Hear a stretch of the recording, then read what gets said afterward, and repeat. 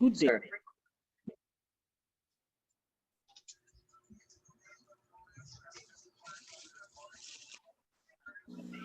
Good day. I am assigned to discuss Chapter 3, the external assessment, or also known as the external auditing. Let's start by reading a phrase from a famous biologist named Charles Darwin.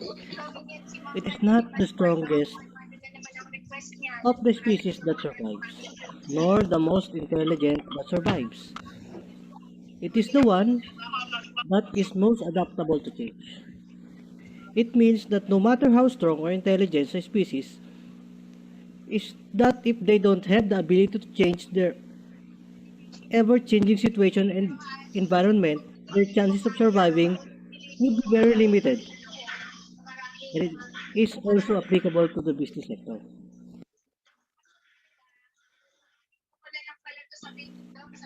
For the introduction, this chapter examines the tools and concepts needed to conduct an external strategic management audit, sometimes called environmental scanning or industry analysis.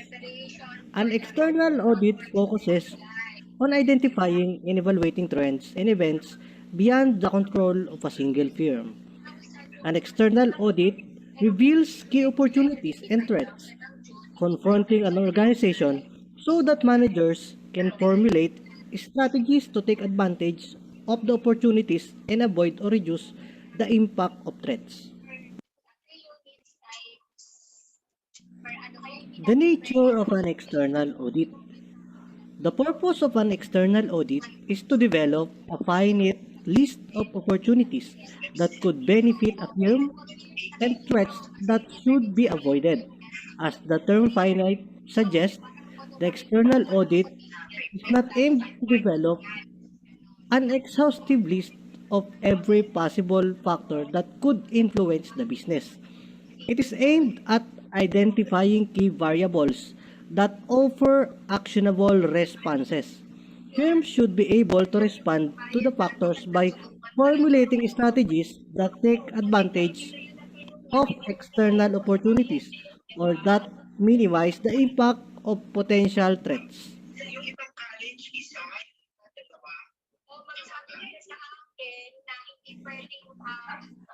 External forces can be divided into five broad categories.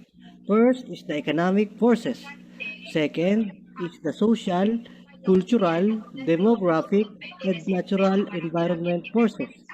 Third is the political, governmental, and legal forces. The fourth is the technological forces. And the fifth is the competitive forces. The economic forces. Economic forces refers to the nature and direction of the economy in which business operates. Economic factors have a tremendous impact on business firms.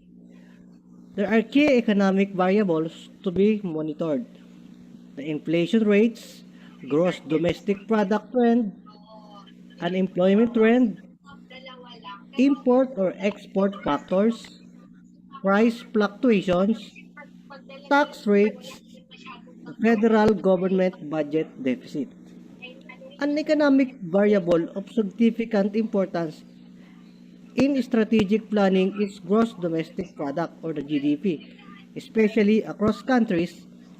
Trends in dollars value have significant and unequal effect on companies in different industries and in different locations.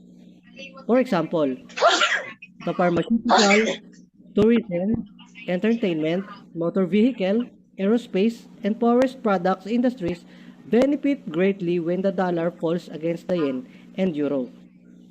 Agricultural and petroleum industries are hurt by the dollar rise against the currencies of Mexico, Brazil, Venezuela, and Australia.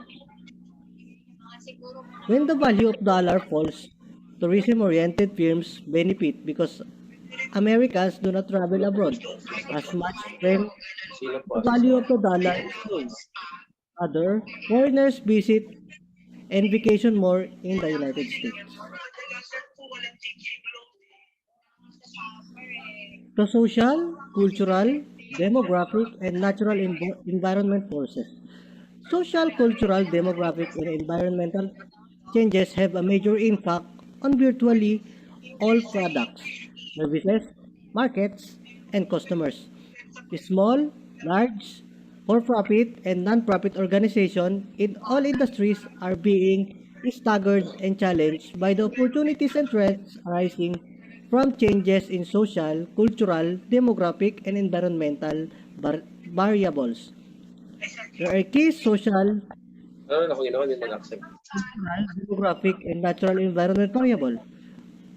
The number of marriages, number of divorces, number of births, number of deaths, immigration and immigration rates, life expectancy rates, attitude toward government, and ethical concerns. Political, governmental, and legal forces. Federal, state, local, and foreign governments are major regulators. The regulators, subsidizer, employers, and customers of organization. Political, governmental, and legal factors, therefore, can represent key opportunities or threats for both small and large organizations.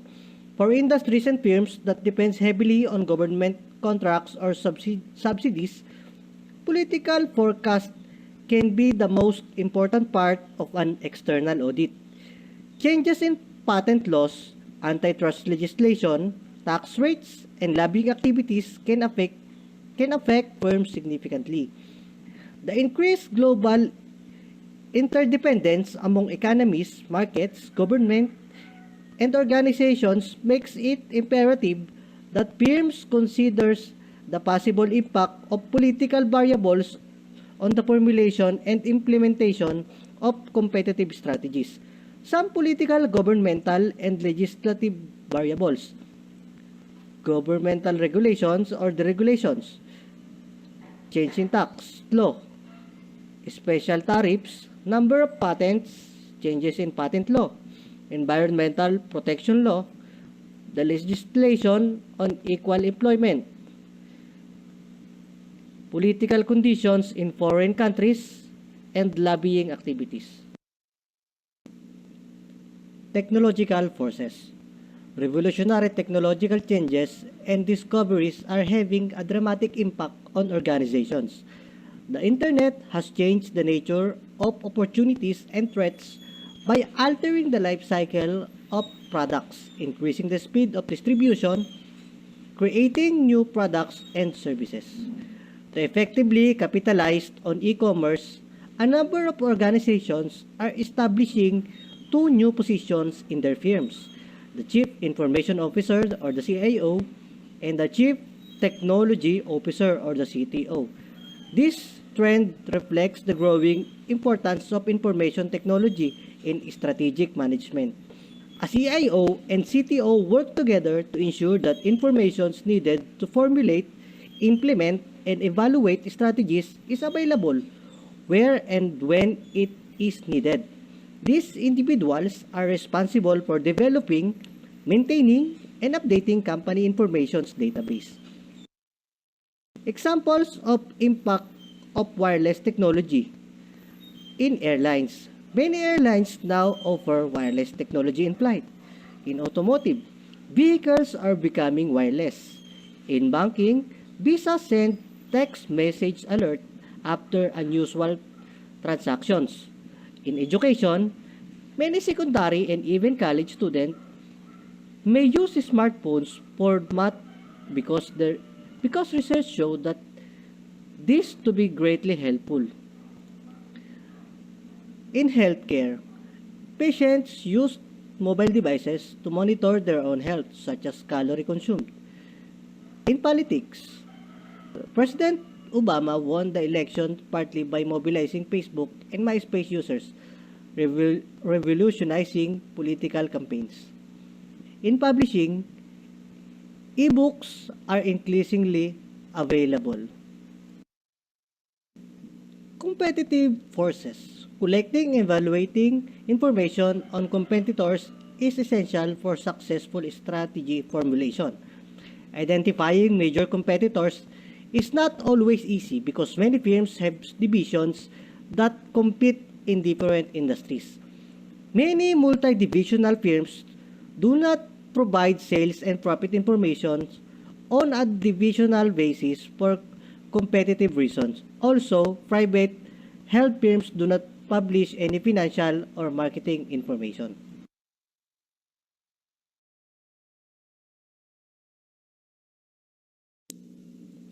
Characteristic of the most competitive companies. There are 7 characteristics that describes the most common competitive companies. First is to strive to continually increase market shares. Second, use the vision as a guide for all decisions. Third, continually strive to improve everything about the firm. Fourth, continually adapt, innovate, improve, especially when the firm is successful. Fifth is to strive to grow through acquisition whenever possible. The sixth is to hire and retain the best employees and managers possible.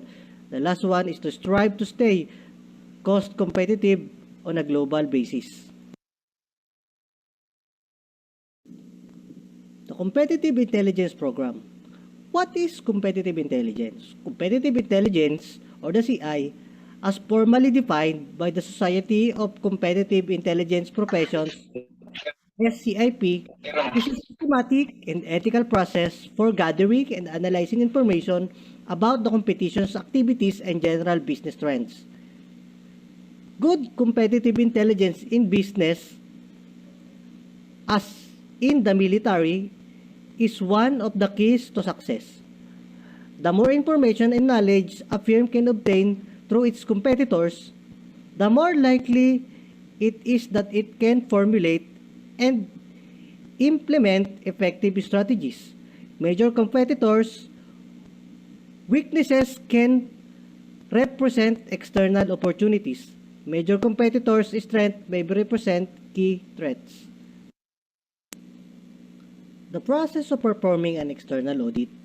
The process of performing an external audit must involve as many managers and employees as possible. Involvement in the strategic management process can lead to understanding and commitment from the organizational members. A company first must gather competitive intelligence and information about economic, social, cultural, demographic, environmental, political, governmental, legal, and technological trends. Individuals can be asked to monitor various sources of information, such as key magazines, trade journals, and newspapers. Once information is gathered, it should be assimilated and evaluated. A meeting or series of meetings of managers is needed to collectively identify the most important opportunities and threats facing the firm. These key external factors should be listed on flip charts or a chalkboard. A prioritized list of these factors could be obtained by requesting that all managers rank the factors identified from 1 for the most important opportunity or threats to 20 for the least important opportunity or threats. Freud emphasized that these key external factors should be: it must be important to achieving long-term and annual objective. It should be measurable. It should be applicable to all competing firms. It should be hierarchical in the sense that someone will pertain to the overall company while the others will be more narrowly focused. A final list of the most important key external factors should be communicated and distributed widely in the organizations. Both opportunities and trends can be key external factors. The industrial organization's view. The industrial organization's approach to competitive advantage advocates that external factors are more important than internal factors in a firm achieving competitive advantage. Proponents of the IO view, such as Michael Porter, contend that organizational performance will be primarily determined by industry forces. Competitive advantage is determined largely by competitive positioning within an industry, according to the IO advocates. In conclusion, all business and organizations operate in a changing world are subject to forces which are most powerful than they are, and which are beyond their control. Just as a ship at the sea is subject to powerful natural forces of which it needs to be aware and deal with, organizations are influenced by forces in their external business environment. Any business strategy needs to take account of all these forces so that opportunities and threats can be identified and the organizations can navigate its way to success by matching its internal strength to external opportunities. That's the end of my report. Thank you and stay safe, everyone.